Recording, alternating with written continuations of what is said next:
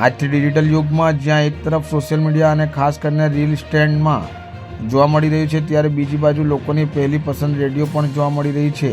વર્તમાન સમયમાં લોકોના પાસે મોબાઈલ અથવા તો નાના ગેજેટ જેવા રેડિયો જોવા મળી રહ્યા હતા, ત્યારે સુરતના ધવલ ભંડારી પાસે રેડિયોનું એક અલગ જ કલેક્શન જોવા મળી રહ્યું છે.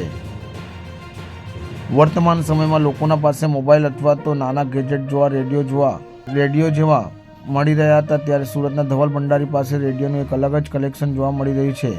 માનવામાં આવે છે કે રેડિયો યુગમાં ખૂબ જ અદ્ભુત હતો, ત્યારે ધવલ પાસે દેશ વિદેશની અનેક એન્ટિક રેડી જોવા મળી રહ્યો છે. ખાસ કરીને રેડિયોની વાત કરવામાં આવે તો તેમની પાસે 150થી વધુ રેડિયોનું કલેક્શન છે, જેમાં નામાંકિત કંપનીનો રેડિયો પણ છે. આ રેડિયોને તેમણે અલગ અલગ સ્થળો પર જાતે મુલાકાત લઈને પાર્સલ મંગાવી એકત્રિત કર્યા છે. આજના જમાનામાં ગામડાઓમાં રેડિયોનું ચલણ ખૂબ જ વધારે જોવા મળી રહ્યું છે.